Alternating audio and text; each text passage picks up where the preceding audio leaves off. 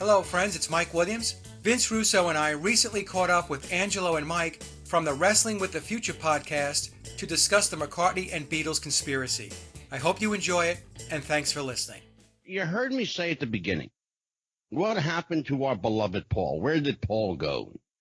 That's the question we've been asking for damn near 55, 56 years. What happened to Paul? Well, partly myth, partly conjecture, but the subject of two incredibly thick books, the memoirs of Billy Shears, and of course the red cover and the blue. And I always get this wrong, Mike Williams. This is the 9 after 909 edition. That's the second edition, right? And that is the memoirs of Billy Shears. Now, I've read both of these books. The footnotes in the blue cover are really, really enlightening and illuminating. Let's talk about how this all came to be. You know, so people understand. I'm 62 years old, so I remember when this rumor of Paul McCartney being dead started. And I first became aware of it somewhere around 68 or 69. I believe it was right around 68 that I became aware of it. But there were rumblings earlier than 1968, as early as 66 and 67, if you believe some people. So, Mike, let's kind of start at the beginning, the Reader's Digest version. Where did all of this stuff begin? Well, biological Paul McCartney died, and the way the story goes, in a car crash on September 11th, 1966. Some researchers will have a different date. Some will say it was August. Some might say it's November. In the memoirs of Billy Shears, we have Billy actually telling his story through Thomas Hugh Harriott. So think of Tom, even though he's referred to as the encoder, and we can get into that in a little bit. The book is encoded. It's written in layers. It's like a puzzle. It's like solving a puzzle. So Tom is the encoder, but we can look at him as the ghostwriter. And the guy who's playing Paul McCartney, he tells us his name is William Shepard. And I'll call him Billy Shears because that's the name he gives us in Sgt. Pepper on the album. It's an easier name to go to because too many people want to debate William Campbell versus William Shepard. Fine, we'll just go with Billy Shears. So Billy tells us in the book that it was the very late in the evening on September 11th, 1966. There was a car crash. Biological Paul McCartney died. And they wanted to keep the Beatles together. We can get into that later on in the show as to what the reasons were. Right, sure. The replacement was Billy, and he took over the band in September of 1966 after Paul had died on the 11th. Within a week, he was on board after working with Brian Epstein and working things out with John Lennon. There were people, obviously, that had noticed that there were differences in biological Paul and Billy. One of the big differences right off the bat is Billy's taller than biological Paul by a few inches. In the 1966 timeframe, late 66, going into the release of Sgt. Pepper, more people picked up on the whole band just changing on the cover of Sgt. Pepper. Everything looked different. Yeah. But there were people, not a large number of people, but there was a minority of folks that looked at the album and said, well, that guy kind of looks like Paul McCartney, but he doesn't look like Paul McCartney. Yeah.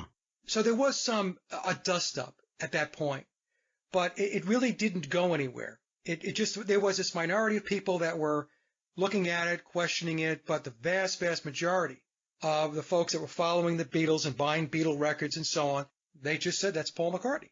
So the Beatles fed the pipeline with the clues. And so in 1969, that's when it kicked up. That's when it got into, I don't want to say high gear, but it came into a high level of awareness. That came from Fred LeBour writing an article for one of the college papers, and also Russ Gibb, who was the DJ. You know, that started a big stir. And to make a long story short, even though it got hot and heavy back in 1969 with more and more people questioning it, they started playing records backwards. The big one would be on the White Album, Revolution number 9, where it says number 9, number 9, number 9. And when you play the album backwards, it says Turn Me On Dead Man. It's very clear, right? And at the end of Strawberry Fields Forever, John says, I buried Paul. So it's not cranberry sauce, Mike? No, it's not cranberry sauce. Yeah, that was the explanation, which of course is ridiculous, because when you do listen to the record, whether you listen to it at normal speed or if you play it slowed up, it's not even close. I don't care but what speed you play. It's not even close. It's not even close. It's I buried Paul. So that's what happened. And even though it got hot and heavy in '69, the Beatles weathered. I don't even want to call it a storm because they were actually feeding the clues out there. Yeah. And if you read memoirs, Billy will tell you, much to their amazement, more and more people didn't pick up on it. After they got over that hump, he just continued on as Paul McCartney. And he's been in that role since 1966. So yeah, he's been playing the part. He's the primary replacement for 54 years. There have been doubles, and I know, Angelo, you know this, and lookalikes right from day one. Oh, yeah. I'm going to do something tonight that I haven't done ever. Tonight I'm going to tell a story that I was witness to, that I was privy to. You and I shared that story on the phone. I'm going to tell that story publicly for the first time. Great. It's a great story, and it really confirms what we're talking about tonight. Exactly. So Billy dropped a lot of clues. He's been dropping clues in his albums since the very beginning, and he's still doing it today. And I picked up a copy of the Memoirs of Billy Shears back in the summer of 2016, dug into it, and there's a lot to dig into. Like I said, it's like a big puzzle. It takes you down different paths, and you start to figure out more and more. And so here we are today. But biological Paul McCartney he's not with us anymore. My position is he is indeed deceased. And he did die back in 1966, and Billy's been playing the part. Vince Russo, when did you first become aware of this tangled web called the McCartney conspiracy, Vince? Man, I think around the same time you did, Angelo. It was probably 68, 69. I remember I was a kid, and I remember vividly, I don't know if you remember this. I know Mike does. There was actually a special on at the time. I think it was on WOR. And it was F. Lee Bailey. Oh, you talking about where they did the mock trial, Vince? Yeah, bro, I got to tell you, I watched that as a kid. I must have been at 8 years old or so. It scared the hell out of me. Like I have that. I actually have that on tape. I would love to see that again because I only saw that one time, and that was the time I saw it when I was about 8 years old. That scared the hell out of me. And from that moment on, and like I said, I was an 8-year-old kid. I've always been into this story, getting as much information as I can. You know, I came across Mike, and you know, out of anything that's on the internet, out of anyone you listen to, out of all the videos that are out there, listen, nobody touches Mike. Nobody even comes close. And guys, I'm telling you, if you're listening to this for the first time, there's a lot of information on the internet. Bro, go to Mike. Like nobody can touch Mike. And I've been on this for 50 years. Yeah. Nobody comes close to Mike. Yeah. I will tell you that I've only done two things in my life. I've done wrestling and music. I worked in the entertainment business till I retired from entertainment and music. I was 46 years old when I left. But I followed my passion, which was wrestling after that. So that's all I've ever known was wrestling and entertainment.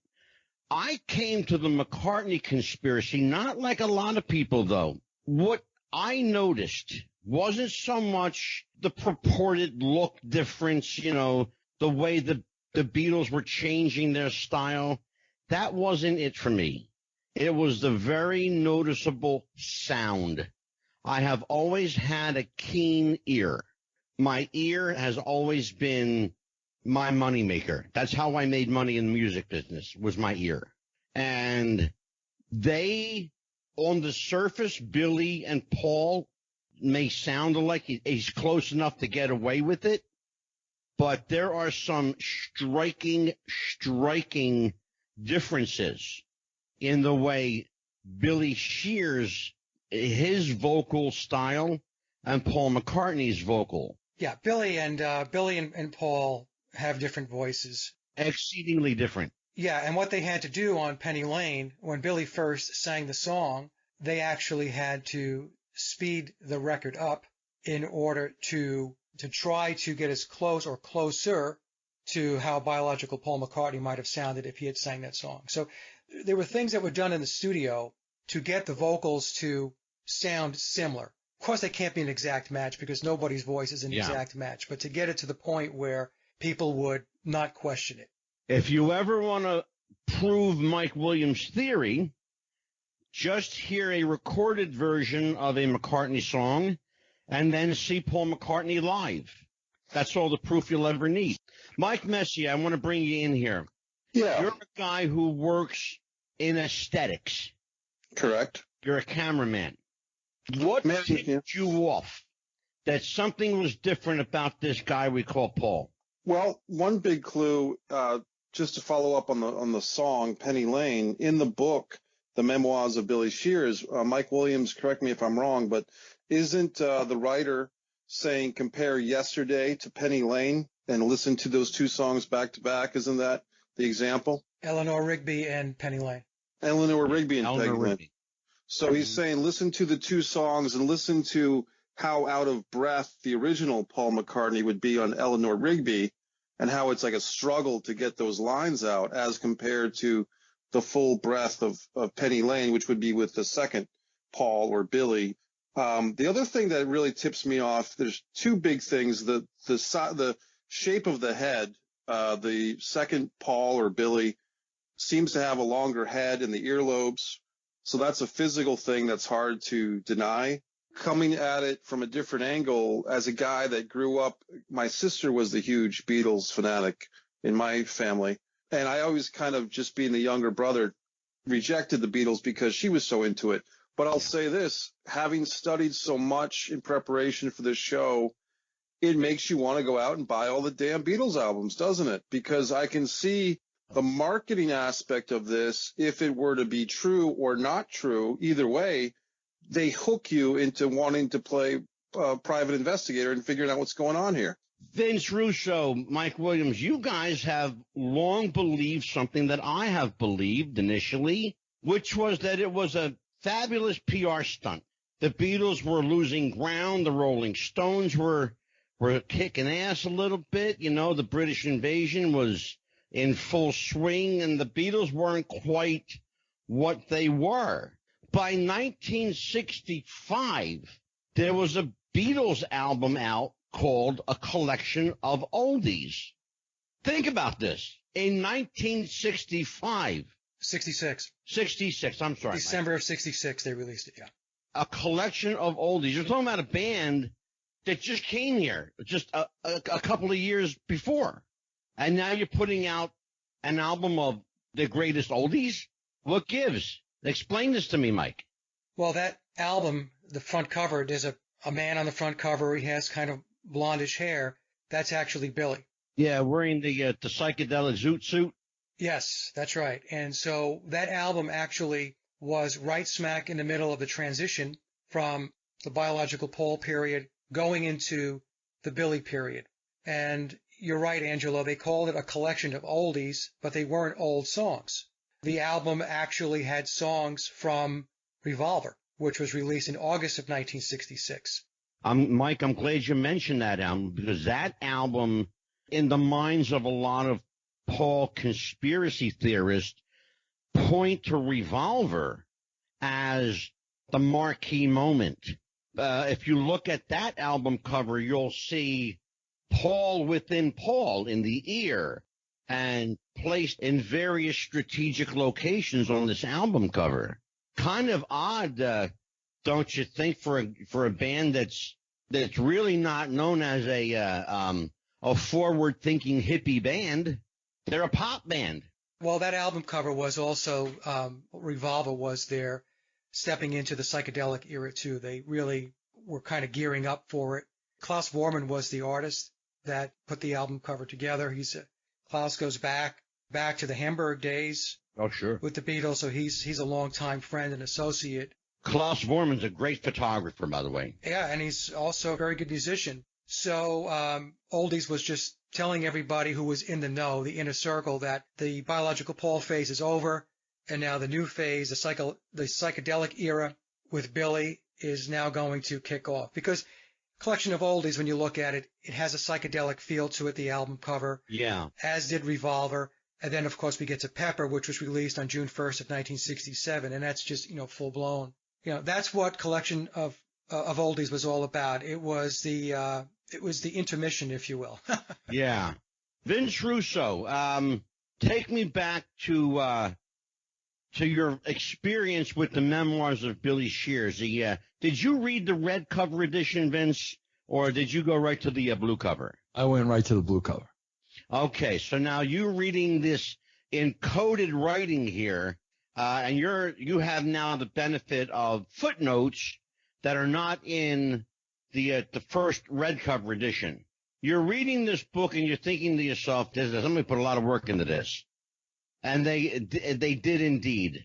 Did you have trouble, as I did, trying to understand the encoding, Vince? It's like peeling an onion back, trying to understand it. But when you successfully do it with one page, every subsequent page becomes easier to do. Was it hard for you to do that? Well, not when you've got Mike Williams doing 8,000 slides. I mean, if I would have, listen, I'm going to be honest with you. Keep in mind, I'm a writer. If I had to comb through that book on my own without Mike's help with the encoding and the footnotes, I would have no question about it missed a lot. But as a writer, here's my takeaway with the book as I'm reading this book from cover to cover. My takeaway is either what I'm reading is 100% absolutely true, or this dude's got one hell of an imagination. I mean, I'm talking about Stephen King times a million. And the more I'm reading this and the details, and here's another thing that you got to understand, the naming of names. Yeah. When you're lying about something, when you're making, pardon my French, when you're making shit up, the last thing you want to do is name names. Because I'm going to do that tonight. One of the stories referred to in the red cover edition, the memoirs of Billy Shears, I heard before the book was ever written. January of 1980, Paul McCartney gets arrested in Japan, supposedly for having more marijuana than he's supposed to have had. Like in Japan, you're not supposed to have any because they take that real serious. And they don't like drugs in their country. Any other time, you'd pay a fine, you'd be on your merry way. One problem. They took his fingerprints and his prints didn't match up. Enter one Denny Lane. Denny Lane's will become important for a couple of reasons. Number one, he was the go-to guy. Number two, I heard him tell the story in person. I'm working a club. I'm the MC, director of entertainment. We have a band. Vince Russo, you might know the band, Southside Johnny and the Asbury Jukes. I actually saw them in concert, yes. Okay. Well, Johnny O and the Classic Dogs of Love were on stage performing. In walks Southside Johnny and the Asbury Jukes. They take a back table. They watch the show. Right behind them, Denny Lane and his manager walk in. Southside Johnny at the time was opening for Denny Lane. They were performing in New Jersey, and they were doing 2 shows in New Jersey and 4 shows in Philadelphia.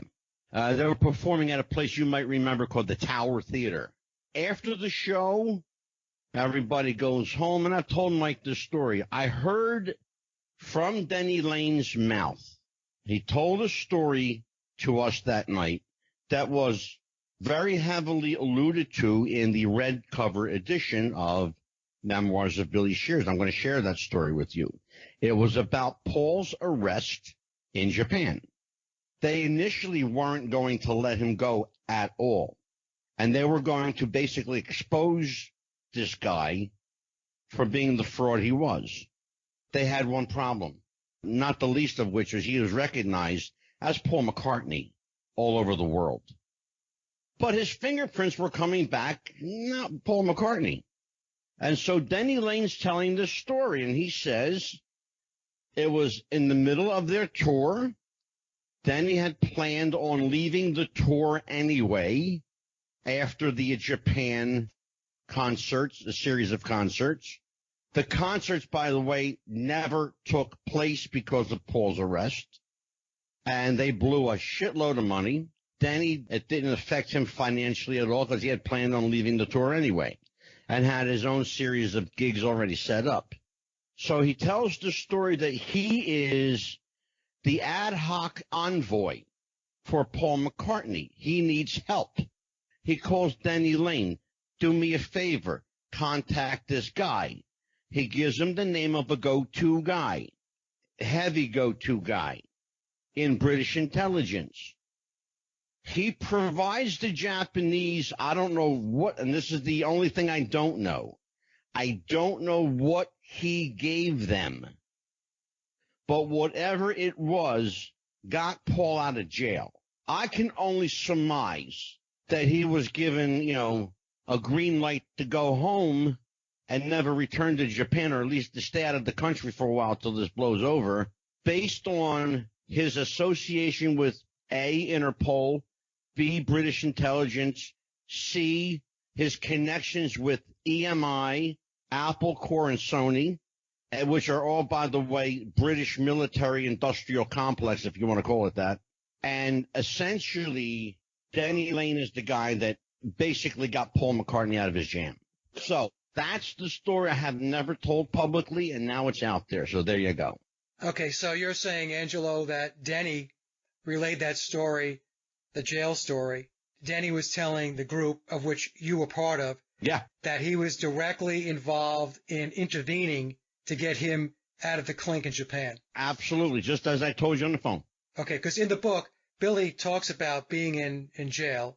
He says that the reason why they had different fingerprints, so the audience knows, is because when biological Paul was younger and he was in Hamburg, he and Stuart Sutcliffe had set fire to a condom, right? And the German authorities were called, the police showed up, they got their fingerprints, and so those fingerprints were with Interpol. Yeah. And so when Billy got arrested in Japan, of course they took his fingerprints, and then they came in and they said to him, you can't be Paul McCartney because we have Paul McCartney's fingerprints and your fingerprints don't match. So that's how he got himself into a bind. And Billy had said in the book that the British government / intelligence had intervened to pull him out. So Denny telling this story, it still aligns with Billy's version of it. He probably didn't want to bring Denny into the book as being the intermediary. There's footage of when Paul is leaving the country, and they're questioning him about how he got off. And he came across as, he wouldn't talk about it.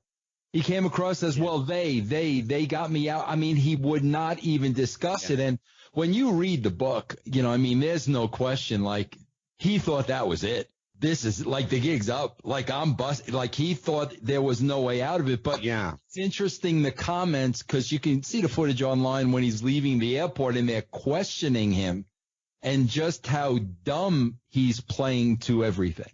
Well, I got to tell you, Vince, were it not for Denny Lane, I think it's very, very likely. I believe it's very, very likely that the gig would have been up back in 1980. Whether it was Denny or not, he would have been released from jail. The part that Billy was playing on behalf of Tavistock meant that one way or another, somebody was going to ensure that he wasn't going to spend any more time in jail. They were going to spring him.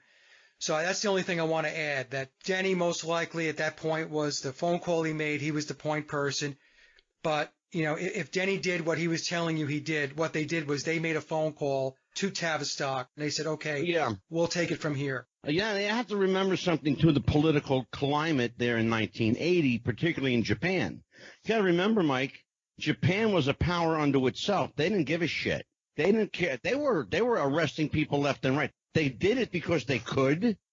They did it because they have complete autonomy over their country, and nobody was going to stop them. They were very strict with drugs. Yeah, and it was going to take someone extraordinarily high profile and powerful to make that kind of arrangement to get this guy out. Yeah. Don't forget, he wasn't in there for 2-3 days. He was in there for 9 days. He spent 9 days in jail.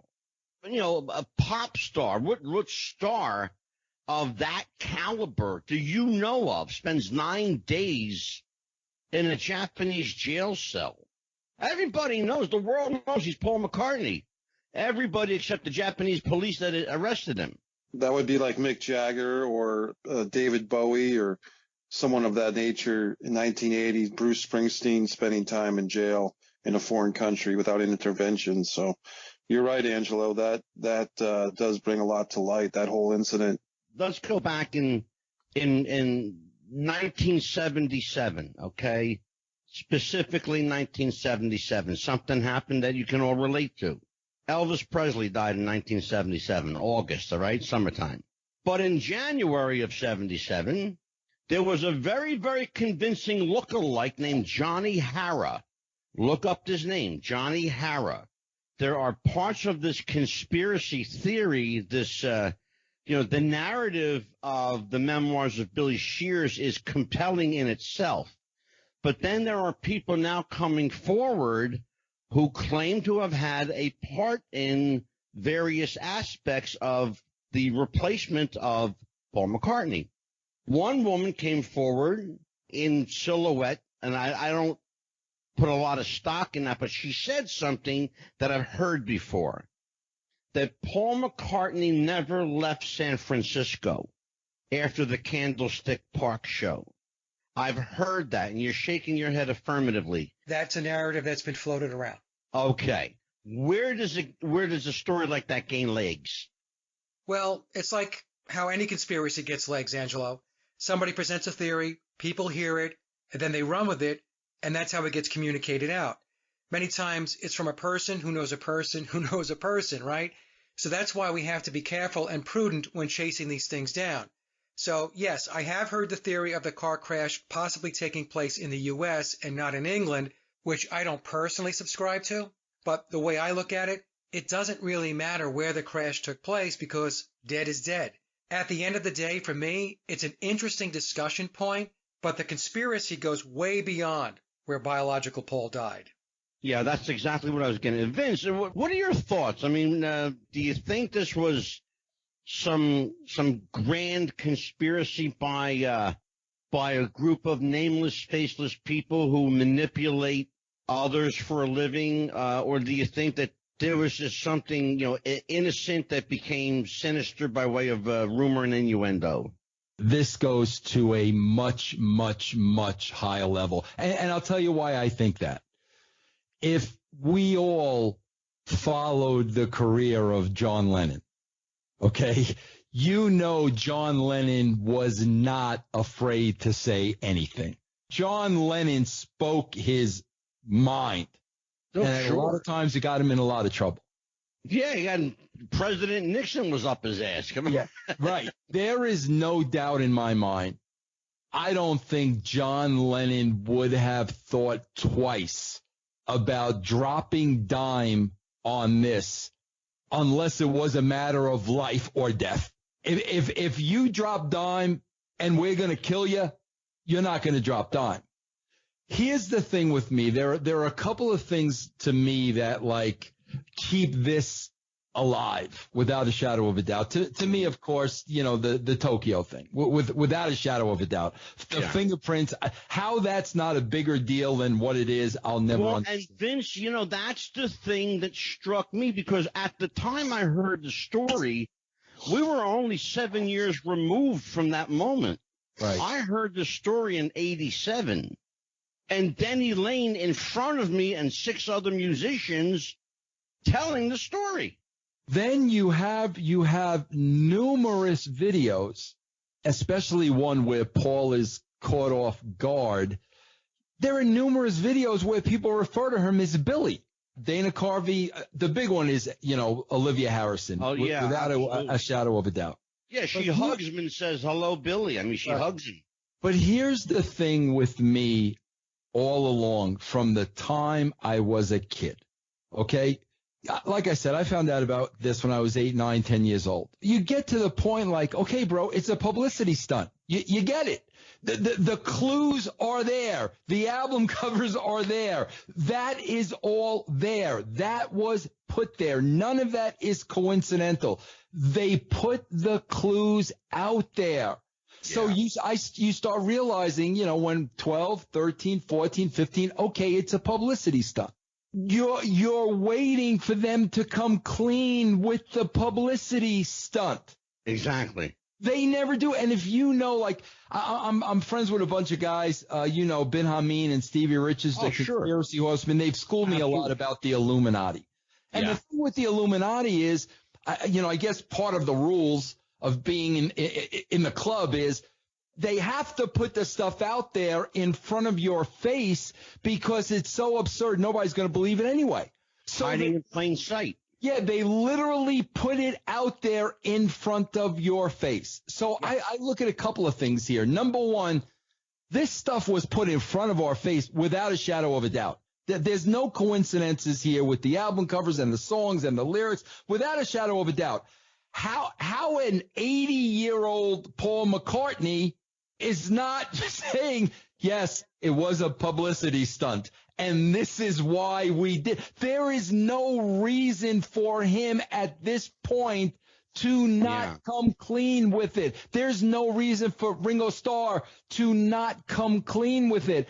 And then, like I said, in the book, I was getting to this before, the naming of names. Elton John writing a song about this, knowing all about this, all the musicians who knew about this. Oh, my God, sure. Everybody from Elton John to Donovan to Keith Richards. Oh, my God, please. But, I mean, and Mike explained this a little bit when he was on the show with me. And, Mike, I'd like you to get into this, if you can, because, that's always been my thing. Okay, bro, when do you say it's a publicity stunt? When do you say we did it to sell more albums? At what point do you say that? The fact that has never been said. Vince, I got a question for you. We always point to the Sgt. Pepper album cover as the holy grail of the Paul is Dead movement. Do we make too much of that? I think the Sgt. Pepper album is everything is right there for you out in the open. Everything is right there. And again, you guys are musicians, man. I know Mike's a musician. I swear to God, bro, I've seen bands change over the years. I've seen it. We've all seen it. Artists change. I cannot believe the same band that recorded Love Me Do recorded I Am the Walrus. I don't even know how you can grow. Now, I don't know if you know about this, Angelo, but Mike did an unbelievable presentation about the making of Rubber Soul. I've seen all of them, yeah. Yeah, okay. And, Mike, it's almost like you had this Love Me Do band, and then all of a sudden they went to this Rubber Soul where other musicians took over, and then they went to this third level of, Sgt. Pepper, I Am the Walrus, which was to comprehend. These were the same four musicians all along. Mike, you know music better than anybody. Has there ever been an artist that has made that type of a stretch musically within a few-year period? No, that's the problem. That's the problem that the Beatles narrative has, is that, like you said, Vince, they went from Love Me Do to P.S. I Love You to Tomorrow Never Knows on Revolver. Well, let's go from one extreme to the next. I mean, let's go from I Want to Hold Your Hand to Helter Skelter. Right. But the point being is, if we take a look at just the biological Paul period from Please Please Me, their first album in 1963, right, to Revolver, to Vince's point, that's 3 years. Yeah. So in a 3-year span of time, the music evolved from Love Me Do and the songs that were on their first album, Please Please Me, to what ended up on Rubber Soul and then Revolver. It just didn't happen. There wasn't an evolution of skill and ability that took place to take you from point A to point B like that. That's a great place to ask a question. Great segue, in fact. You used a word that I love, evolution. If we are to assume that the Beatles evolved naturally as an organic unit, it's conceivable that at some point down the road, they may have come up with a Helter Skelter or Abbey Road or any other such album.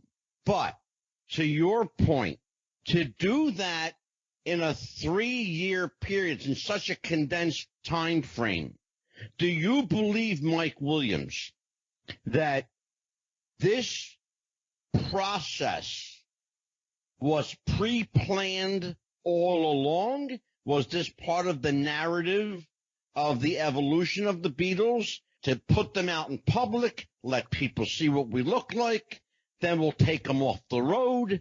Nobody will know what they look like, but they'll hear them, but you don't know who you're hearing, but it says the Beatles, so you think it's the Beatles. Walk me through this. The Beatles are a psychological operation. The Beatles are a creation of Tavistock. They were put together. There you go. And the Beatles were groomed and brought along from earlier on. I even have a theory that says that they were in mind control programs. And some people might think that's crazy, but there are pictures of biological Paul McCartney and George Harrison with bird cages on their heads.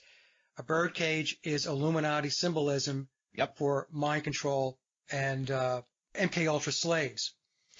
So you just set that aside, because some people are going to be like, that's crazy, right? But they were brought along starting when they were the Quarrymen. So the Quarrymen is another way of saying stonemason, Freemasonry. Sure. Okay? Quarrymen, stonemason, Freemasonry.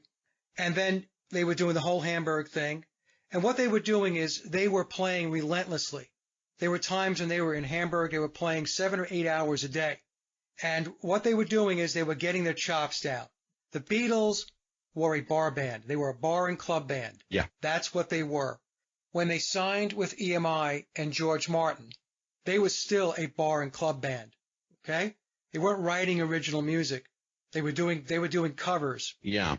Then what happened was there was an article that was written in the Mercy Beat newspaper in 1962, which was a very popular paper that had to do with the rock scene, the music scene back in the day. And that article clearly stated that the Beatles were going to EMI studios to record songs that were written for them. Yes. That were given to them by their producer, George Martin. The best way to take a look at this, there's a great documentary out. It's called The Wrecking Crew.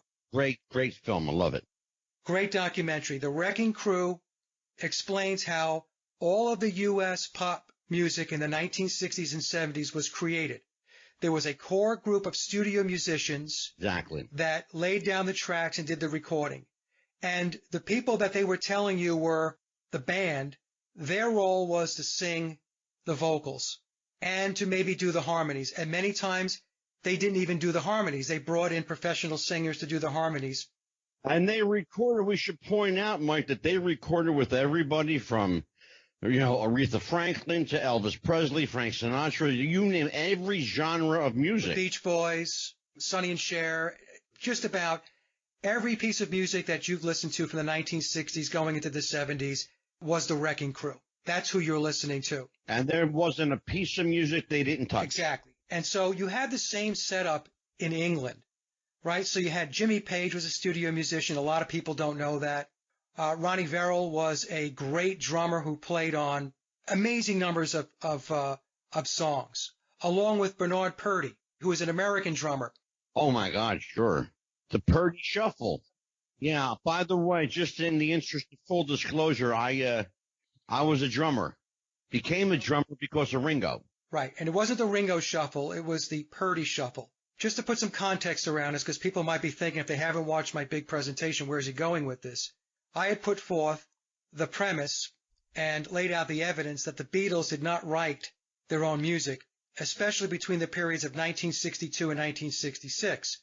Please Please Me through Revolver. What they did was they came in and they sang the vocals. That's what they did.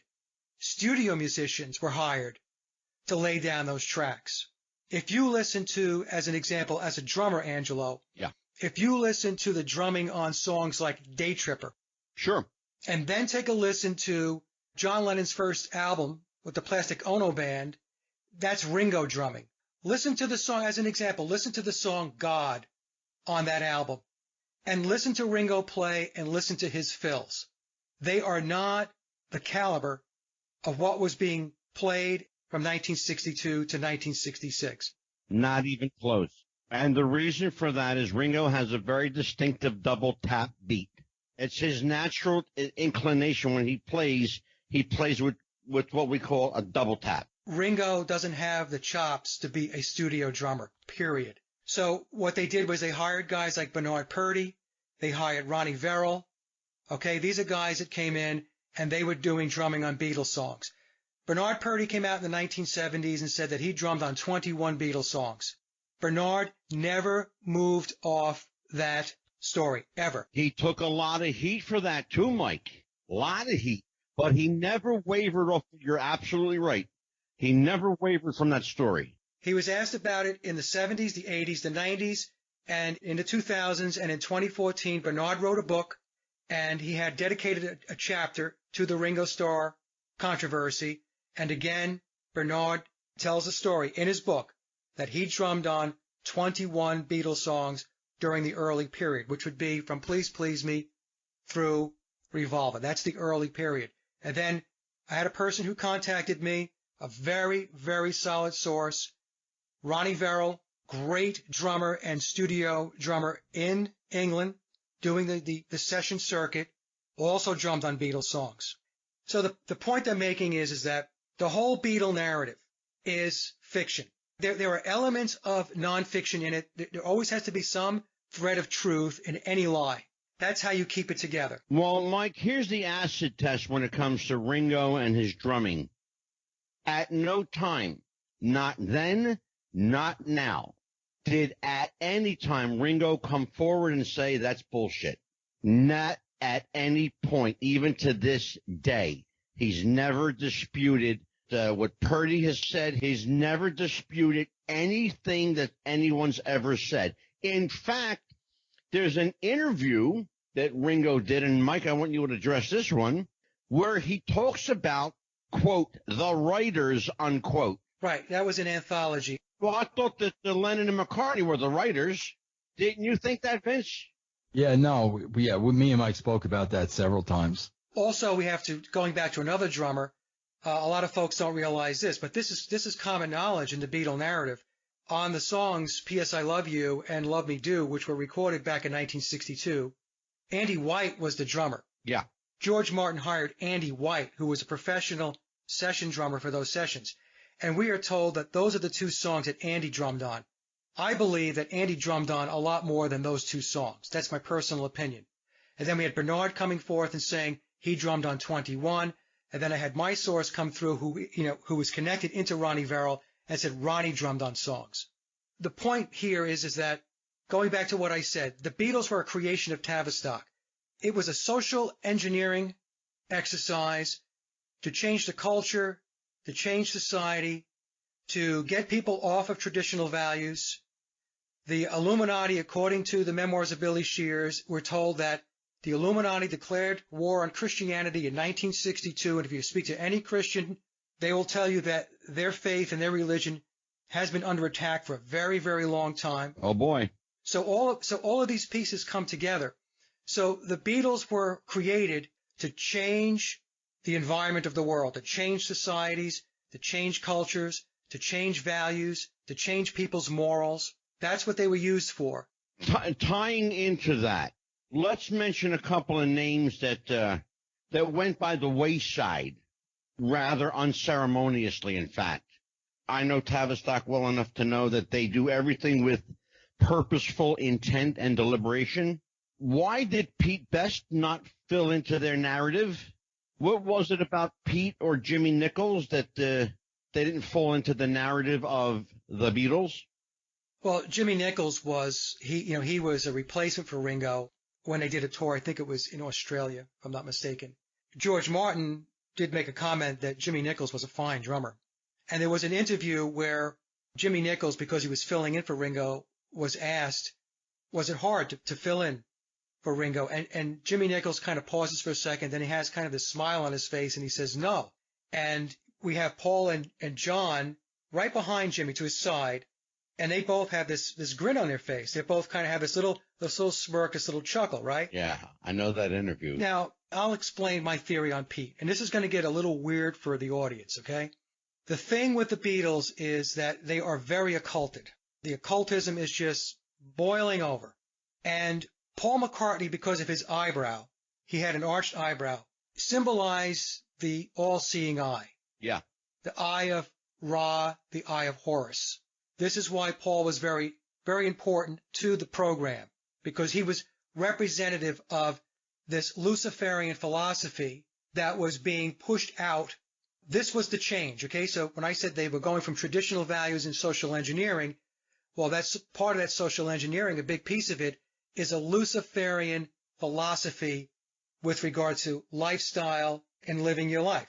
Basically, do as thou wilt, to quote Aleister Crowley. Yeah. And I realize there's more to that for folks who are listening to this. I got it. I don't have time to get into it right now. Maybe I'll go into it a little bit. It means to follow your pure will, your true will. Absolutely. That's what it means, okay? So that's what Luciferians believe. Follow your true and pure will. Well, there's a fine line between do what thou will, which is basically from the pagan or Wiccan. The fullness of that is do what thou will, but do no harm. Right. I'm not saying there aren't issues with people taking that to the extreme, and we have obviously seen it taken to the extreme. All we need to do is take a look around us on any given day. All I'm doing is I'm explaining what their philosophy is. That's all I'm doing. I'm not saying I embrace it. I'm just saying this is their philosophy. Yeah. Now, the reason why they got rid of Pete Best, in my opinion, was because Pete was a really good-looking guy.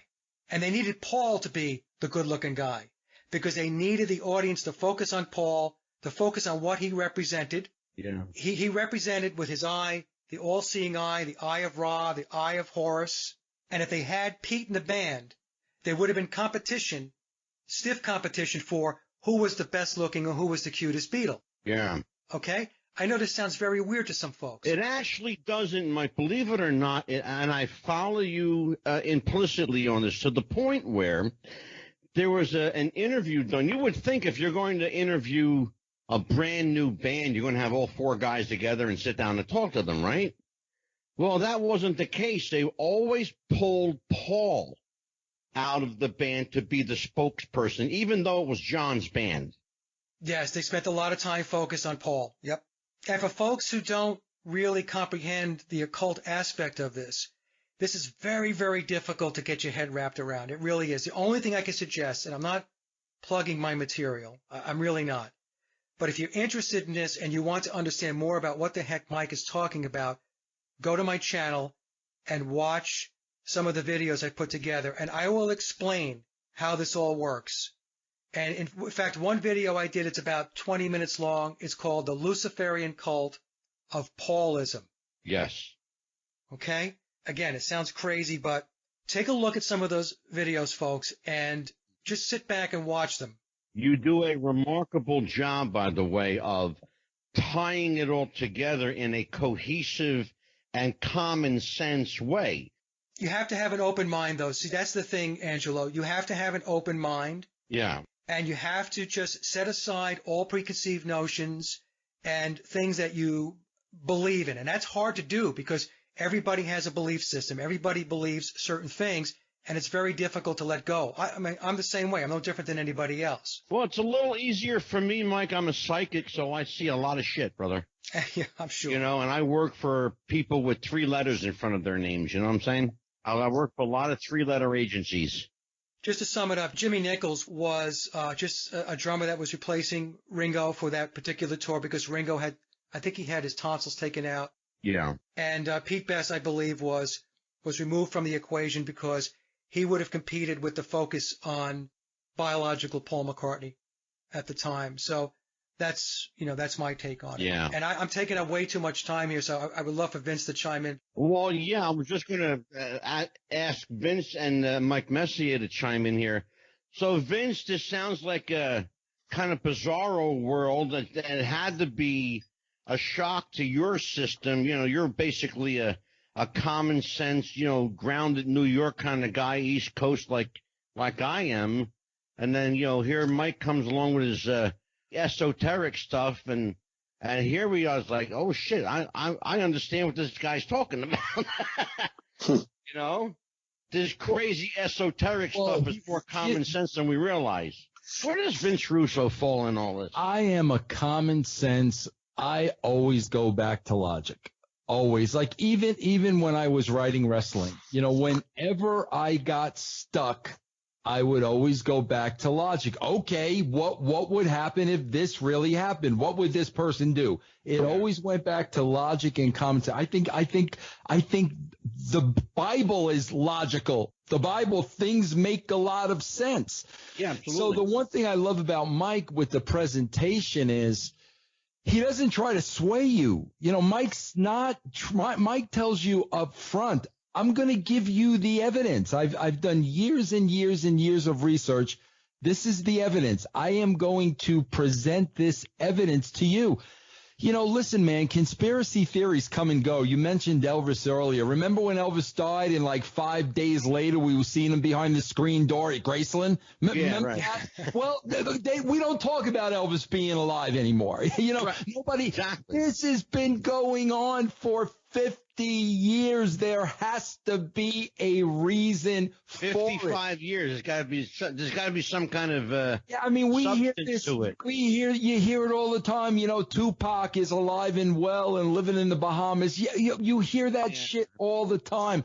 No story has had legs for this length of time. And the fact that it doesn't die and it doesn't go away, you have to look at it and you have to give it credence. I said at the onset that I believe in the next year there will be full disclosure. We will know. I really believe that in my gut. I believe that in my heart. But I believe it more so in my psyche. And when I feel something in my psyche, it's generally right, like always. And I'm feeling this deep in my psyche that we're going to know this man's true identity. This whole persona called Billy Shears, whatever name you want to give him, he goes back predating the Beatles. He would be 5 years older than the original Paul McCartney, which was another aspect of some of the. If you believe the timeline, Mike Messier, he is 83-ish, somewhere around there. Mike Williams. Yeah, he was born in 1937, so he's 83. He'll be 83 in September. Okay. Some of the evidence that Mike has on many of his videos, and Mike Williams, I am watching your video, the evidence that the Beatles didn't write all of their own songs. And what I loved about that presentation, as you call it, is that you systematically break down that the story that's been told is that these guys were filming a movie, making an album, doing live tour dates. And look, they could be four geniuses or not, but at some point they're human beings. And to expect guys to be making a movie, doing tour dates, and recording music is a bit preposterous. And as a screenwriter, if I can get 15 pages done in 1 or 2 days, I'm very proud of myself. So we're talking about instruments, music, recording, as Mike points out in his presentation. That's like saying these guys came in and they were all on the same page all the time, and they just magically wrote this stuff with no bickering about the lyrics. There's only one way that scenario is even at remotely possible, Mike. There's only one way that's even remotely possible, is if every song was written, arranged, organized, sheeted out. It means all the sheet music is already composed and written. If that's not in the equation, everything else is gone. Everything else is gone. Maybe what I should do is just take the audience through an example here, right? So they can kind of get a grip on this thing here. There were four major moments when the story about the Beatles did not hold up. One was, I mentioned earlier, the 1962 Mercy Beat article, where it clearly said that the Beatles were going to London to record songs that were written for them and given to them by their recording manager, George Martin. The other one and it's a big one, it's the elephant in the room, is 16 songs in 30 days, which was the Rubber Soul sessions. 14 songs for the actual album itself, and then there were 2 singles, We Can Work It Out and Day Tripper. The third one was the story that we're told that they wrote 30-plus songs in India in preparation for the White Album sessions. The problem is that when they were in India, Ringo was there for only 2 weeks, Billy was there for about 3 weeks, and John and George stayed for 8 weeks. When they were in India, that was a retreat. They were participating in meditation and other activities. And that's factual. Right. And then they tell us that in between doing all that stuff, even though they weren't all there for the same period of time, they weren't all there for 2 months. That's what I'm saying. Yeah. Billy and Ringo were out of there within a month, that they wrote 30-plus songs. That didn't happen. The other story we're told is they made the Escher tapes in May of 1968, where they went to George Harrison's bungalow and recorded 27 songs, demos, in 1 day. In 1 day. That's not possible. Yeah, tell me in what world does that happen? It doesn't happen. So here's the thing, right? Let's talk about Rubber Soul a little bit. We are told that with Rubber Soul, they had no material. They said they came in pretty much empty-handed. Let me just take you through the timetable here real quick, just so it can hit home. They were in the studio 1 day, and we are told that they had completed the song Run for Your Life.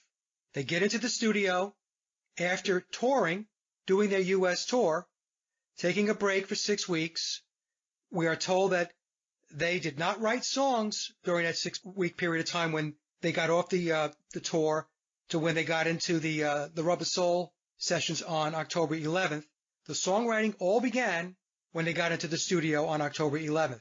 1 day after they're in the studio, they bang out Run for Your Life. 2 days later, Drive My Car. 5 days into the studio, Day Tripper is done. 7 days later, If I Needed Someone.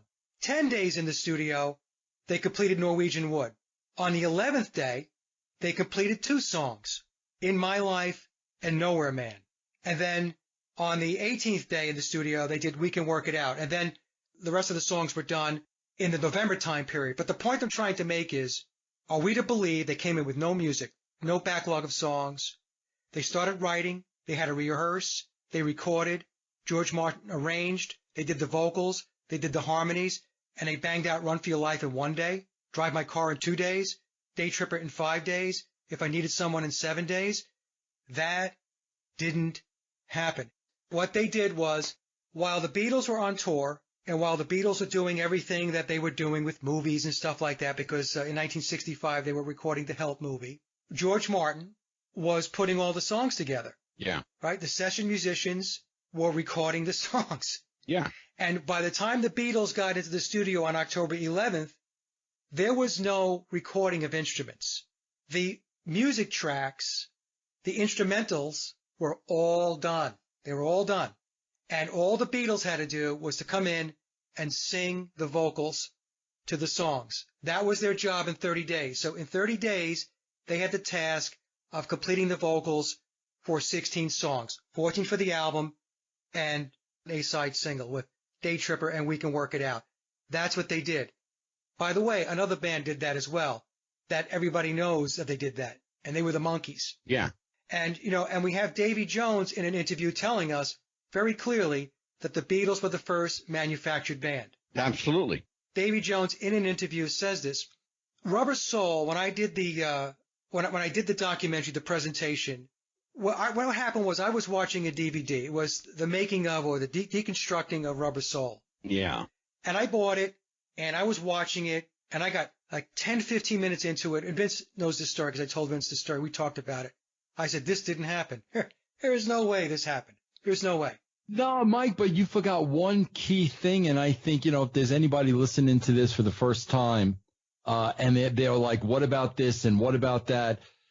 The whole reason when Mike breaks all this down, where everything was laid out and all the Beatles had to come in and do the vocals is because they had to know the time of every song for the labels that had to be made for the albums. Right. I mean, Mike, when you laid that out and how long it takes to press an album and get the labels done and the cover and whatnot, they had to know the exact times the songs were going to be, because all that stuff had to go into production so the labels and the cover and everything would be ready. So everything was set. They knew the timing of the songs. The Beatles just had to come in and lay down the tracks. Right. Vince, I'm going to tell you something. I've been recording bands for 30 years. In all that time, I can count on my hand twice, maybe 3 times, where bands actually came in and wrote or refined what was already written. In 30 years of recording bands, it's a rarity, extremely rare, that a band or an artist will come into a studio and write anything. They'll generally refine what they've already written, or they may have a different arrangement once they play around with some chords. That said, it's extremely difficult for me as a recording engineer, and that's what I did in music, by the way. So I literally recorded bands, and I know what it's like to work behind the board. And when I say Mike Messier, it takes 5 weeks to lay down sound. It takes that long just to lay down the instrumentation. You're not going to crank out a full album of 20 songs in 30 days. It's just not going to happen. You know, Angelo, that the clock starts as far as releasing an album when they cut the lacquer, the final lacquer. And that wasn't done until November 17th of 1965. And then we're told the record was in stores 2.5 weeks later on December 3rd. 2.5 weeks. Nope. Didn't happen. Not happen. Did not happen, which meant the album cover, like Vince was saying, the names of the songs, the time is important. They had to put the labels on the vinyl records, the center labels. All of that stuff was done. All they needed them to do was sing. And once they finished the singing, they were able to hustle the lacquer out, the album art, all that stuff, the labels, that was all done. What they released on December 3rd was the initial delivery of albums. They got the initial batch out to the retail stores on December 3rd. They didn't have the album art all prepared. They didn't have the labels all prepared. To create them after they finished up recording, totally impossible. It's not possible. So that meant all of this stuff was done up front, pretty much all done by the time they showed up in the studio on October 11th and left on November 11th. And then after November 11th, George Martin sat down. He did the final mix down with the instruments and the vocals. They got the final lacquer cut, the acetate, sent it off to EMI for pressing, and then they got it out to the stores. Mike, you know what this can really be related to, where it all makes sense? And the story is very, very close. Look at the Beach Boys. Surfing Safari, Surfing USA, surf with your mother, surf with your grandma, surf this, surf that. Then what happened? Brian Wilson said, I don't want to go on tour with you guys. I want to stay behind. I want to create music. Brian Wilson brought in the best studio musicians in the world. Pet Sounds was created because That's all Brian Wilson was working on. These guys were touring. Just the same thing with the Beatles. Bro, put George Martin in the shoes of Brian Wilson. You have the same exact story. It went down the same exact way. There's no way the Beatles on the road shooting a movie, doing press, could have created this masterpiece without a Brian Wilson in the studio full time creating it. It's the exact situation. And by the way, the session musicians was the Wrecking Crew. Brian Wilson hired the Wrecking Crew. That's right. It's interesting to talk about Pet Sounds. They used one of Brian Wilson's lines in the film Eddie and the Cruisers. He wanted to be great. He didn't just want to be good. He wanted to be great. And his Pet Sounds was his greatness. It's now an opus. Mike Messier, your thoughts? Mike's presentations, it's come up a few times. where I believe it's in the Imagine movie. I could be wrong. When George Harrison comes over to be with John Lennon for dinner, and I believe it's Yoko is serving dinner to everybody very nicely. And John just kind of makes it kind of a nice statement. And he says something like, hey, here's one of the Beatles' wives serving dinner to two of the Beatles or one of the Beatles. And George kind of as a side comment, he says the three Beatles. And then he says Beatle Bill. And then Lennon purposely makes a very exaggerated wink, like a hugely, I mean, it's actually comedic acting. It's pretty funny. But John Lennon makes this giant guffaw on his face. And couple that with Paul McCartney repeatedly, whether it's on David Letterman or other situations, there's so many wink and nods from who we know as Paul McCartney or who we're talking about as Billy, the second Paul McCartney, that it's either an obnoxious joke on the fans, a rib, as they'd say in the wrestling business, or it's an admission of guilt or an admission of what happened. Well, Mike, as Mike Williams said earlier, it's hiding in plain sight. This is what's referred to as masterful speaking. It's funny when you talk about that movie, Mike, Imagine, you also, remember I had said earlier in the show, bro, if anybody's going to drop the dime on this, it's going to be John because he just didn't give a shit. It's that. However, when your life's in jeopardy, you're going to watch what you say. But when you go back to the movie Imagine, and, again, you said, is the joke on the fans or, is this real? When you talk about John writing and working on how do you sleep at night? Now, there's one thing very telling there. Who's right alongside him working on that song? George Harrison. This isn't about a personal tiff, because Paul wrote about him in this song. No, this isn't about a personal tiff. Think about that. What did Paul McCartney have to do? How do you sleep at night? And there's George right there next to him. Bro, to me, that's as deep as John Lennon was allowed to go. I'll go one better, Vince Russo. Rock and Roll Hall of Fame, the Beatles induction. And George Harrison says, and this is clear as day, we loved John and we loved Paul. Past tense. Loved John and we loved Paul. If I could ask a question to the group, as Beatles fans, as guys that grew up with the Beatles as the number one act in the country, in the world, basically, how does this affect you emotionally? Some of you guys, you're all, into music. Some of you are musicians. You recorded music. On a personal level, these revelations, Vince Russo, starting with yourself, how does that affect your fanhood or your appreciation of the music? Well, I think a lot of that, I know to me it depends on age. Bro, I was born in 61. So, the Beatles came over here in 64. Like, I'm 3 years old. I remember the Beatles on Sullivan, but I was a child. So, as I got older, in 69, I'm 8 years old. I remember when Abbey Road came out. I remember hundreds of copies at EJ Corvettes of Abbey Road. I kind of came up with the older brand of music. I can vividly remember Mystery Tour coming out, Pepper coming out, White Album, Sgt. Pepper. So like that, I've never really been a fan of the Love Me Do and I Want to Hold. I've never really been a big fan of that. But if I look at it, the music I grew up with was really Billy Shepherd. It was one guy. It wasn't really a combination of the two guys.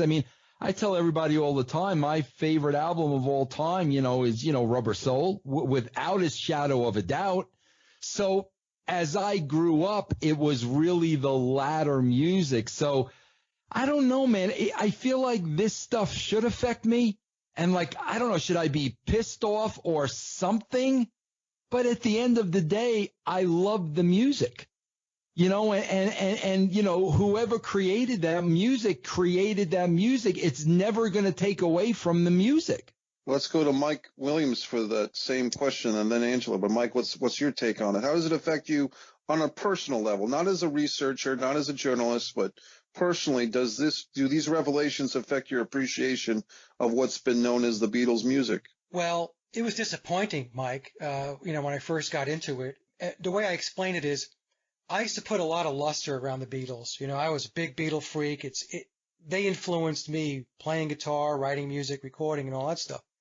But the luster around the four guys that were supposed to be these four creative geniuses, that's gone. That's gone. That does not exist because that's not what they were. But like Vince has said, the music is still great. So there's no way that I can not like Day Tripper or Drive My Car or Strawberry Fields Forever or Come Together. I'm still going to play those records. Like Vince, I have a huge collection of Beatle vinyl and other vinyl. I'm still going to play it. I'm still going to enjoy it. But I do it with a different perspective now, a different understanding of how that music was created. If the music is good, it's still good. I'm going to listen to it. The fascinating thing to me is, being in the wrestling business, guys, I could tell you, like, it's all about ego. Whose idea was this and who came up with what? Egos in wrestling, bro. If you're not in wrestling, you won't believe what I'm telling you. Egos off the chart. I never really looked at it this way till now as we sit here and talk about it, and as Mike is talking about the music. Bro, the more and more I learn, it was George Martin. Now, can you imagine, Mike, like being George Martin and not being able to say, wait a minute, like, Lennon McCartney? Like, no, like, I mean, seriously, we're talking about the greatest music perhaps in the history, definitely in the history of my life. And the guy who was probably most responsible is not allowed to say, yeah, that was me. Can you imagine? The mastermind. And his son, George Martin's son, reads the audiobook version of the Billy Shears memoir. Angelo, please answer that same question I asked Vince and Mike. How does this affect you on a personal level as a fan? Not one iota. Doesn't affect me one bit. Okay. I'll tell you why.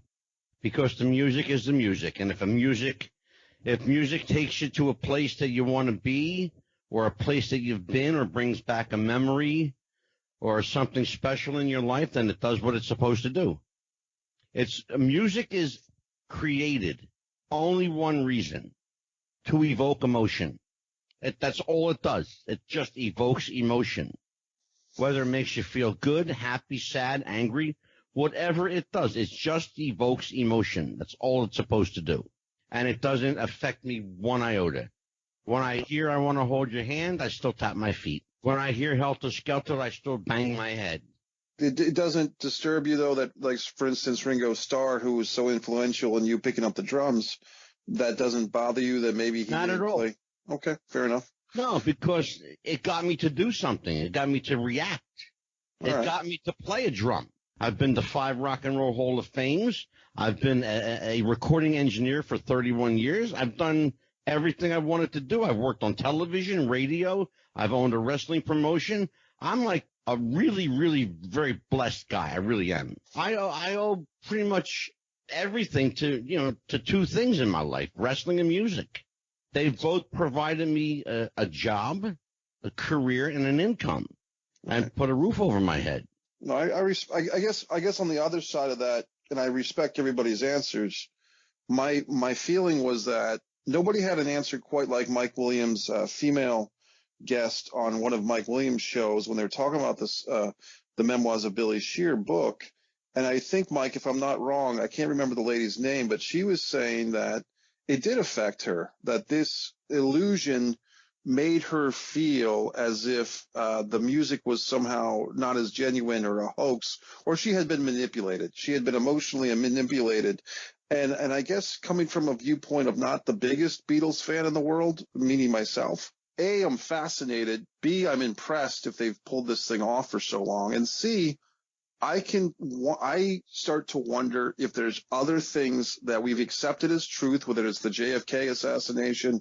But hey, Vince Russo mentioned Tupac. If it's Tupac and Big Papa, their assassinations or their murders, other things that we take as gospel that we've been told is true, how much of what we have been told is true is not true, or is a warped truth, which is essentially a lie or a manipulation. I guess that's where my mind goes, more onto the bigger picture. I don't know if anyone wants to jump on that. Yeah, I'll answer that, Mike. I'll give you my perspective on it. Many people have written me and said that my work that I've done on the Beatles and the McCartney conspiracy was their red pill. It's what awakened them to the bigger picture of what's going on in the world. Because some people will say to me, they'll say, oh, what are you spending so much time on that for? You know, who cares? It's just a guy in a band. What they don't understand is everything that went in behind creating this psychological operation. And you can take those components and you can apply it to so many other areas of reality and all of these other psychological operations that are taking place at any given moment in our lives. So the thing is, it is a very important conspiracy because it talks about the pyramid of power, right? It talks about within that pyramid, we have controllers. It talks about secret societies, the Freemasons, the Illuminati. This conspiracy talks to us about Tavistock and mind control and social engineering, the drug culture. We talk about Aleister Crowley, occult, numerology, magic, mysticism, rituals, Luciferianism, and it goes on and on and on. Now, not all of these things play into every conspiracy, but once you understand these components, then you can more easily recognize them when you look at something else. And what I tell folks, and I said this to Ole Damergard going back over 2 years ago in his show. I said, Ole, anything worth knowing is a lie. And some people will think, wow, really? How could you say that? If it's worth knowing, trust me, it's a lie. That's a pretty ballsy statement, Mike. By the way, I'm not saying it's untrue. I'm just saying it's pretty ballsy. I guess what comes to mind for some reason tonight, speaking with you three gentlemen, is the JFK assassination. And I think about the Oliver Stone movie, and I had an uncle at the time in 1994 who was obsessed with the JFK movie by Oliver Stone. And he was going to the theater to see that movie 3, 4, 5 times. And I think about it because, to me, when you warp history, when you change history, you're changing the present and you're changing the future. And it's a dangerous game. Mike, really, if you think about it, the Beatles really didn't warp history, and they didn't change history. A select group of people pulling the strings warped history and changed history. These 4 guys were just players. Mike Williams, you mentioned Aleister Crowley a minute ago. I saw a really interesting photo, and it was like freaky. I saw a photo of Crowley as a young guy wearing a kind of a druid costume. Are you familiar with the picture? I think the one where he's younger? Yeah, he looks like McCartney. He looked like Paul. That was the picture they were actually going to put on the cover of Sgt. Pepper, and they decided not to because they said that there was too much of a likeness. That's why they went with the older picture of Aleister Crowley on the Sgt. Pepper album cover. It's interesting. There's also a guy on the Sgt. Pepper cover that I know very well. His name's Dion DiMucci. Oh, you know Dion? I know Dion very well. I performed with him on stage at the Latin Casino in Cherry Hill, New Jersey.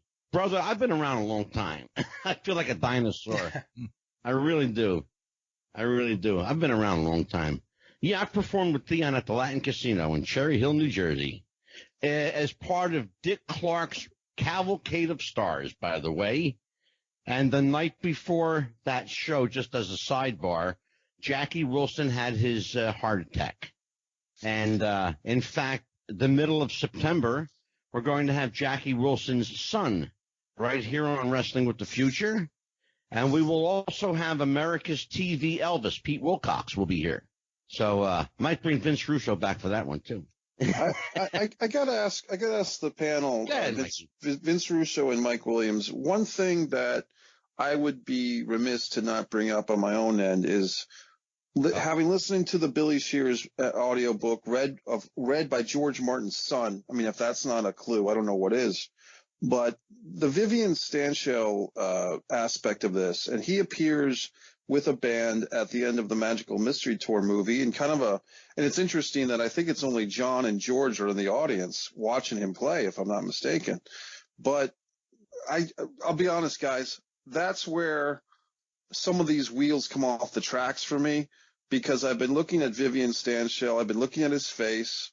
His body, to me, kind of reminds me of my own body when I'm a little lighter, meaning he's a big, broad-shouldered guy. And I'm trying to look at him, and I'm trying to look at Paul McCartney, and I'm like, I don't know if I could, the Billy, I'm trying to put that body next to that body in my head, that face, and even if there's like prosthetics on the face or the eyebrows or something. And this guy, Vivian Stanshall, had a wife, Quay, I believe it was her name. She was an artist, and she wrote a book about him. So if we're going to say that Vivian Stanshall is also a part of this situation of this guy playing different characters, he would have to have been a bigamist, because then he would have had a whole other second wife and a second family. And I guess that's the Vivian aspect I guess I'm not signing up for yet. Any comment on that from Mike or Vince? There were two Vivian Stanshalls. Okay, so Billy played the Stanshall in the band, the Bonzo Dog Band, with Neil Innes. Neil Innes was the creator of the Ruddles. So there's all these ties back into Monty Python and all this stuff. So these guys are all together, right? So Billy played that version of Vivian Stanshall. So if you take a look at the videos on YouTube of the Bonzo Dog Band and that Stanshall, you'll start to see the resemblance. And in fact, I did an entire presentation called Paul McCartney, Vivian Stanshall, and the Phil Ackrell analysis, and I break it all down. There was a second Stanshall.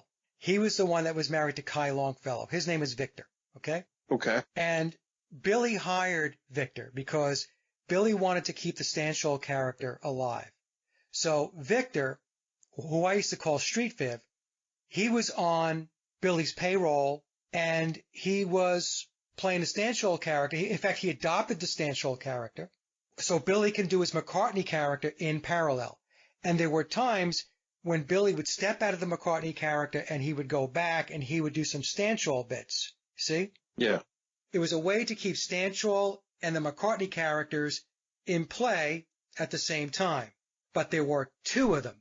And if you take a look at my presentation, you're going to very clearly see that there were two different Stanshalls. And even though there was a likeness, as soon as you look at them, you're going to see that they are indeed two very different people. Absolutely. But the Bonzos were not really a big band.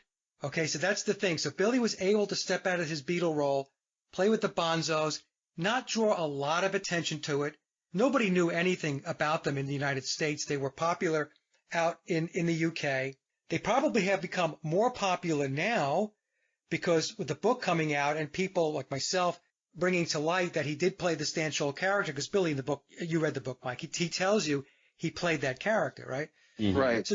So so take a look at that particular presentation I did where I show you the difference between the two. Yes. And then you'll see it. Then you will see. I'm sure you will. Great. Vince, I know you collect Vivian Stanshall records now. Mike has turned me on to the Bonzo Doodah Dog Band, and they are freaking phenomenal. When you watch They really their are. videos, they were great entertainers. Something of interesting note, though, because once I got every a Bonzo Dog album, I had to get Vivian's solo music. There are Vivian Stanshall albums out there, and ironically, on his solo album, what is he doing on the cover? He's digging a grave. Oh boy. I mean, think about that. Like, oh my, okay, bro, all coincidental. Okay, like, why is Vivian Stanshall digging a grave on his solo? Like, why? I mean, it's fascinating, man. But I got to tell you, what an entertaining band. I mean, I'm so glad Mike. I had never heard of them before Mike, and then I started getting into them. What an entertaining bunch of guys. You might be interested to know that Vivian Stanshall still has fan clubs all over the world. Oh yeah. I'll tell you what, it's easy to see how Mike Williams can do a 4 and 5 hour presentation on the death and replacement of Paul McCartney. We've barely scratched the surface. We really have. There's just so much here, and just where you think you've unearthed, the last remaining piece, there's a whole new chapter to the book that's being written right after the ending. I mean, we're like literally looking at two of them right here. Well, Tom released, this book just came out. It's called Billy's Back. So that's the abridged version of memoirs. What Tom did was updated the abridged version. And so that's out now. And the reason why I'm bringing it up is because there's a lot of additional footnotes in this book that go above and beyond what is in the blue cover of the Memoirs of Billy Shears, the 9 after 909 edition, and some very, very revealing footnotes. And so I'll just say this. There are footnotes in here that confirm my presentation about the music. Fair enough. Okay. And there's a lot of other stuff in there. So again, this is not a conspiracy for everybody, obviously, but for those that are interested in it, it is an amazing ride. If you're into the Beatles and you know about the Paul is dead deal and you weren't sure whether it's true or not, it's like a magical mystery. For a guy that was walking away from the Paul McCartney conspiracy, how many months now is it going to take you to do the Billy's Back slideshow? 6 months? Yeah. Right? Exactly. They suck you back in. And you know what it is, Vince? I've got to do it because you've got to do it. There's no way you can't do it, man. Like, Mike, look, you're Mike, I don't even know why. I don't even know now when I'm looking back. Why would you have made that statement knowing the book's coming out? You got to do this. Yeah, you know why? I'll tell you why. Because it occupies an enormous amount of time, and it's hard to explain when you're doing this stuff, and it takes enormous amount of hours to put it all together, to package it, to do the voiceovers and stuff like that. And honestly, Vince, I reached a point where I said to myself, okay, so how much more really is there to talk about with this thing, And so then Tom comes out with this new book, and there's more information in it. Now, what Tom told me after I released my presentation, the 4.5-hour presentation, I gave him a sneak peek 2 days before the video actually went public on April 1st, right? Mm-hmm. He wrote me back and he goes, your presentation is going to speed up disclosure. And I really didn't know what that meant at the time. I really didn't. So I think I'm going to give you a theory I have. I think the way this is working is, and I don't know whether it's because of the contracts Billy has signed or if it's because it's the way he wants to play it.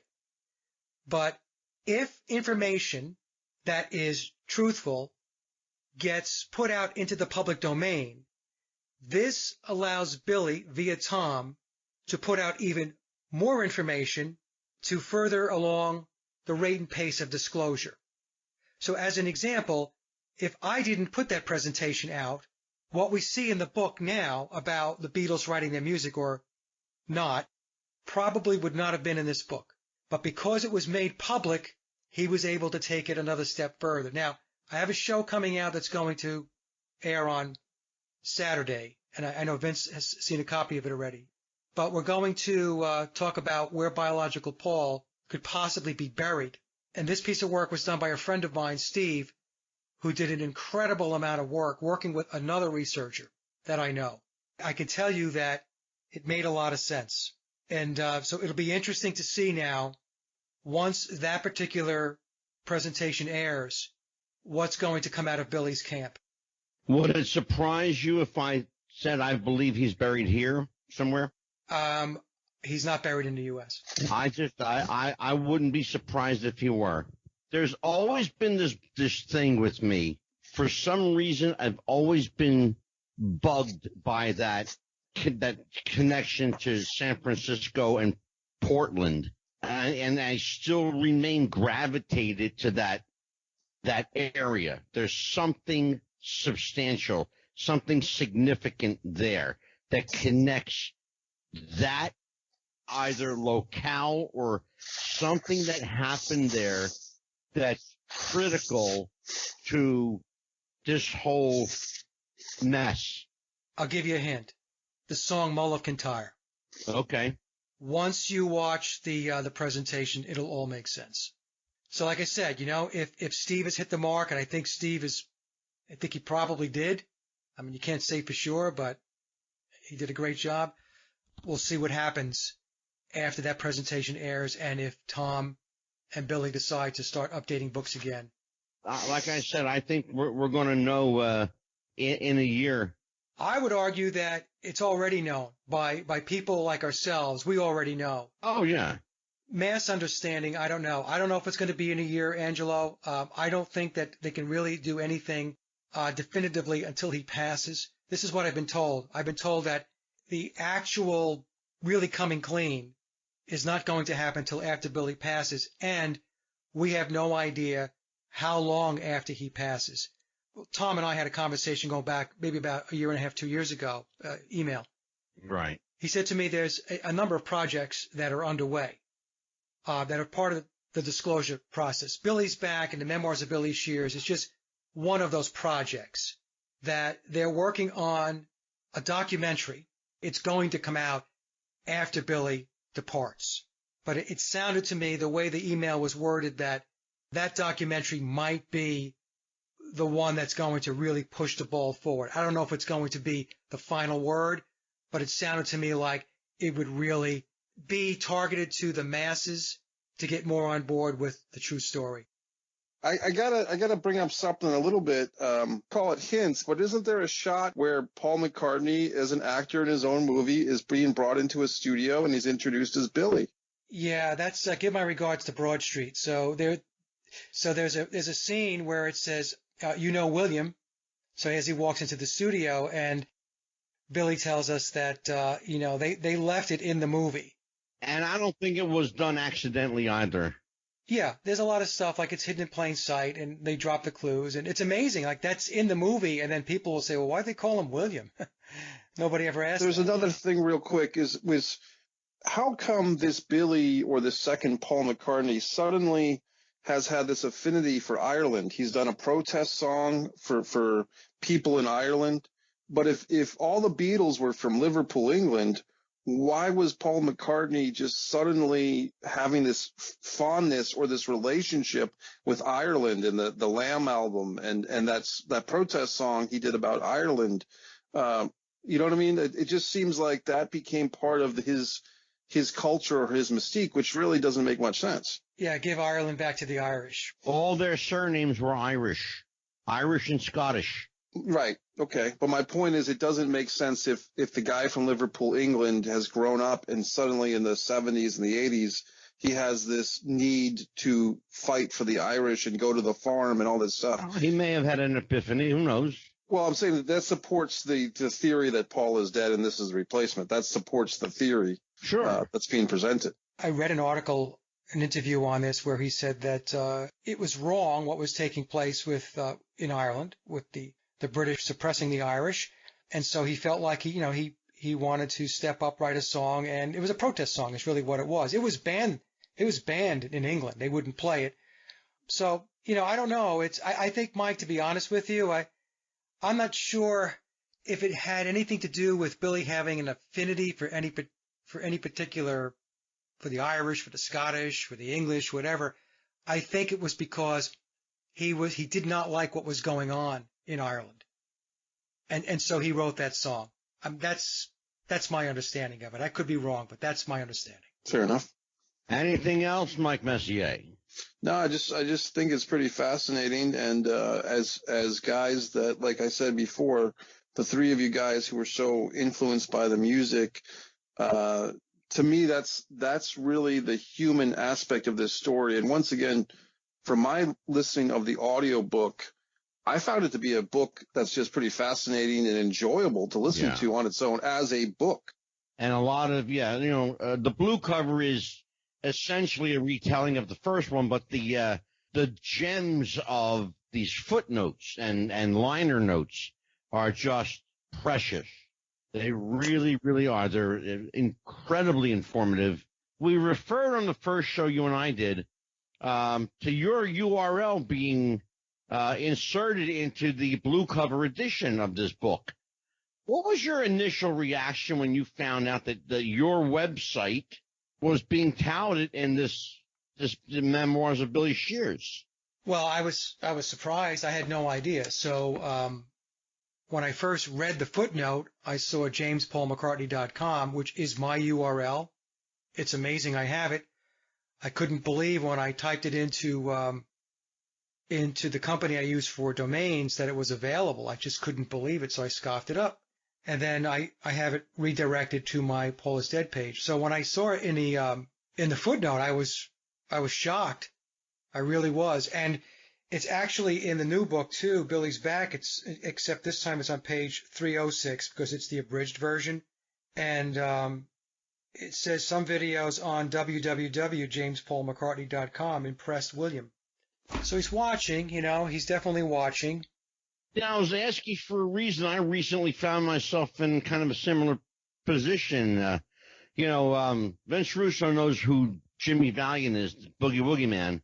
I found myself recently being named in his book. He spoke very highly of me. It's called Woo, Mercy Daddy, the Jimmy Valiant story. And, and it's interesting to pick up a book and you have no idea, but your name is in it and the guy's talking about you. And it was good stuff, right? It was all good stuff. Yeah, I've known the guy for 33, 34 years. Oh, my God. Are you kidding me? Please. I told you, brother, I'm old. You got to understand something. I started out in wrestling, like literally when I was 13. My uncle was a guy named Phil Zacco. Phil Zacco was my grandfather's accountant. My grandfather was a bookie. I grew up calling him Uncle Phil. I told the story I got a pop out of Bill Apter.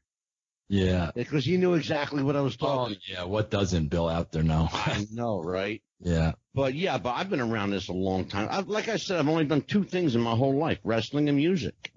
And I was a recording engineer for my entire career till I retired from music. Not that you ever really retire from music, but, other things become important. Thank you, guys. Thank you. We'll see you next time.